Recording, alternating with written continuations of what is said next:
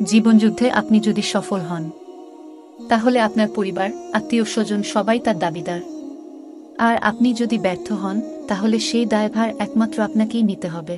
আপনি একাই তার অংশীদার। তাই জীবনে চলার পথে আপনাকে অনেক সতর্ক হয়ে চলতে হবে। বেশি উপার্জন করাটা গর্বের বিষয় নয়, বরং হালাল উপার্জন করাটাই হলো গর্বের বিষয়।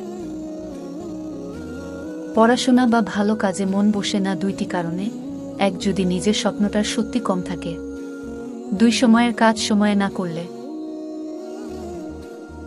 মানুষ কখন সুখে থাকে জানেন? যখন সে ব্যস্ত থাকে, কারণ তখন সে নেতিবাচক চিন্তা করার সময় পায় না। মানুষ কতক্ষণ তোমাকে ভালো বলবে জানো?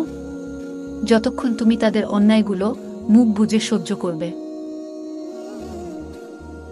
অর্থ অপচয় না করে সঞ্চয় করুন, কারণ সঞ্চয় শক্তি যোগায় আর অপচয় অসহায় করে দেয়।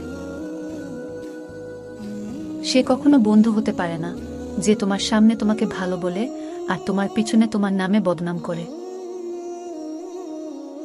যদি কেউ কোনোদিন তোমাকে ছোট করতে চায়, ভেবে নিও তুমি তাদের চেয়ে অনেক উপরে আছো। কাউকে তার প্রাপ্য সম্মানের চেয়ে অতিরিক্ত দিবেন না, তাহলে তার কাছে তোমার নিজের সম্মান হারিয়ে যাবে। যে ব্যক্তি অন্যের দুঃখ কষ্টকে উপলব্ধি করতে পারে, সে কখনো কারোর দুঃখের কারণ হয় না। যা একবার ভেঙে যায় তা জোড়া লাগলেও পূর্বের মতো আর ফিরে পাওয়া যায় না। সেটা কোনো জিনিস হোক বা কোনো সম্পর্ক হোক অথবা কোনো সংসার হোক। নিজের হাত খরচের টাকাটা নিজে উপার্জন করার মধ্যে আলাদা ধরনের একটি শান্তি আছে। অহংকার যার ভিতরে থাকবে, সে কখনো নিজের ভুল দেখতে পাবে না, আর অন্যের মধ্যে কোনো ভালো গুণ ও দেখতে চাইবে না।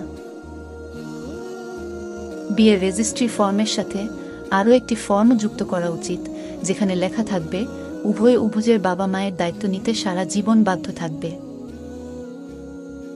ক্ষমা করতে শিখো। হয়তো অতীত বদলাবে না, তবে ভবিষ্যৎ অবশ্যই বদলে যাবে।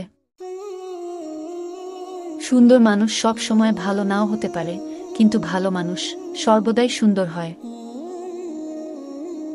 বেশিরভাগ ক্ষেত্রে আপনি মানুষকে যত বেশি মূল্যায়ন করবেন, সে তত বেশি আপনাকে অবহেলা করবে। মানুষের খুব কাছে কখনো যেতে নেই, তাতে আকর্ষণ কমে যায়। অহংকার বলে দে টাকা কত আছে, সংস্কার বলে দে পরিবার কেমন, মুখের ভাষা বলে দে মানুষটা কেমন, তর্ক বলে দে জ্ঞান কতটা, স্পর্শ বলে দিয়ে স্বভাব কেমন, পছন্দ বলে দে ভাবনা চিন্তা কেমন, স্বপ্ন বলে দে ভবিষ্যৎ কেমন। মানুষ কালো শরীর সাদা করতে যত প্রকার চেষ্টা ও কৌশল খাটায়, সেই পরিমাণ যদি তার মনটাকে সাদা করার জন্য খাটাতো, তাহলে সমাজটা বদলে যেত। ভালো মানুষ সাজা সহজ, কিন্তু ভালো মানুষ হওয়া খুব কঠিন। 3 জায়গায় টাকা ধার দেবেন না। 1, অসৎ কাজে। 2, মাজারে। 3, যে ধার নিয়ে ফেরত দেয় না।